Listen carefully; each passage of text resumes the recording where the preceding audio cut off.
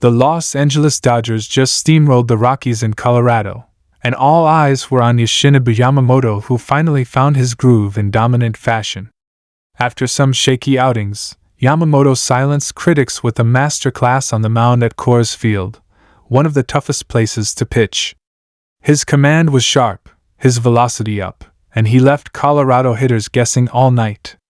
Meanwhile, the Dodgers' offense exploded, backing him up with a barrage of runs. This performance could mark a turning point in Yamamoto's MLB journey, and the Dodgers are looking scarier by the day. Total domination in Denver tonight. If there was ever a night where you could feel the shift in momentum, where one team made a statement so loud, the rest of the league took notice, it was tonight in Colorado. Because the Los Angeles Dodgers didn't just beat the Rockies. They steamrolled them. They walked into Coors Field, one of the most unpredictable, high-altitude ballparks in all of baseball, and absolutely dominated every inning, every at-bat, every pitch. And leading the charge? None other than Yoshinobu Yamamoto, who may have just had his breakout moment in Major League Baseball. Let's be honest, the stakes were higher than they looked on paper. The Dodgers were coming off a stretch of games where the offense felt a bit cold. The pressure was mounting, and fans wanted answers. Could the lineup bounce back? Could the rotation solidify behind Tyler Glasnow and Bobby Miller? And more importantly, could Yamamoto, their $325 million investment from Japan, finally settle into his rhythm on the mound in the most brutal pitching environment imaginable? Well, the answer is now crystal clear: yes. Yes, he can. Yes, he did. Yamamoto looked locked in from the very first pitch. Forget the Coors Field curse, forget the thin air and the notorious breaking ball issues that plague even the most seasoned MLB pitchers here. Yamamoto came out with laser focus, painting corners, mixing speeds, and most importantly, locating every pitch with pinpoint control. The Rockies couldn't touch him. Literally.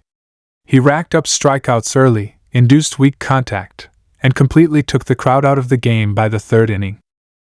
It wasn't just the stats, although those were jaw-dropping enough. 7 shutout innings. Only 4 hits allowed.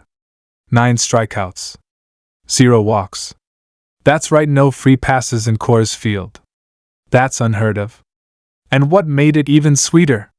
He did it with a fastball that danced, a splitter that fell off the table, and a curveball that finally looked like the pitch that dominated in Japan. But Yamamoto's dominance was only half the story. Because the Dodgers' offense, let's talk about that explosion. From the top of the order to the bottom, everyone got in on the action. Mookie Betts kicked things off with a leadoff double that set the tone, and Freddie Freeman followed up with one of the most clinical at-bats you'll ever see. That's what leaders do, they answer the bell when the lights are brightest. And in a park where runs can come in bunches, the Dodgers didn't just settle for 1 or 2, they detonated. It was an offensive onslaught. Shohei Ohtani continued his power surge with a moonshot to center that still might be traveling. This guy is putting together an MVP-caliber season without even touching the mound. Let that sink in. He's leading this lineup with swagger, intelligence, and raw power. And his 2-run bomb in the 5th inning was the dagger that officially silenced the Rockies' dugout. But it wasn't just the stars. James Outman, Chris Taylor, and even the newest call-up Michael Busch chipped in.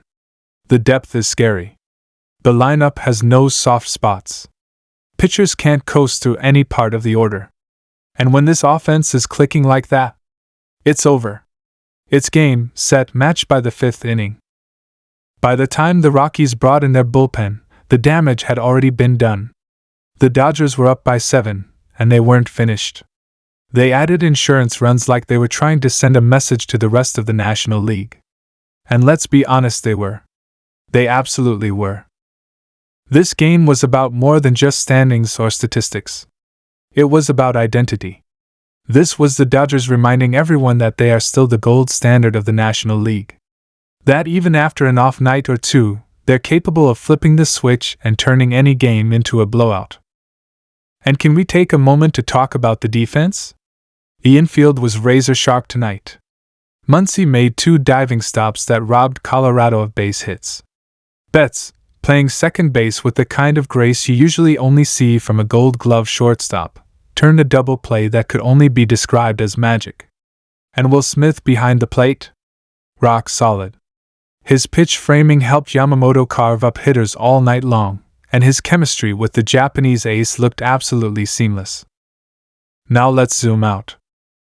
Yamamoto's performance tonight may very well be the turning point for his rookie season. He's had flashes. He's had tough outings. But what he showed in Denver, that kind of poise, that kind of command, that kind of pure dominance, that's the stuff aces are made of.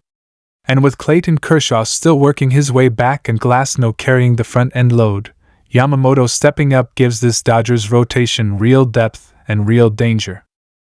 And think about this. If Yamamoto is only just now finding his groove, what happens in September? What happens in October? That's when legends are made. This is exactly what Dodgers fans were hoping for when he signed in the offseason. A pitcher who doesn't shrink under pressure, who doesn't flinch when the air gets thin or the bats get hot. A pitcher who rises, and tonight he soared. And don't forget, the Rockies aren't a terrible team. They've got bats. Chris Bryant, Ryan McMahon, Brenton Doyle, they can hurt you if you make mistakes. But Yamamoto made none. He shut them down like a veteran. And with every scoreless inning, you could feel the crowd getting quieter, more frustrated, more amazed. It was clinical. It was cool.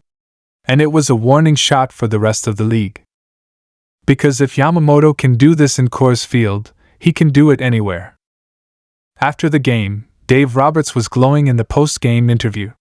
He praised Yamamoto's command, his maturity, and said this was exactly the version of him we've been waiting to see. And you know what? He's right. The Dodgers don't need Yamamoto to be perfect every night.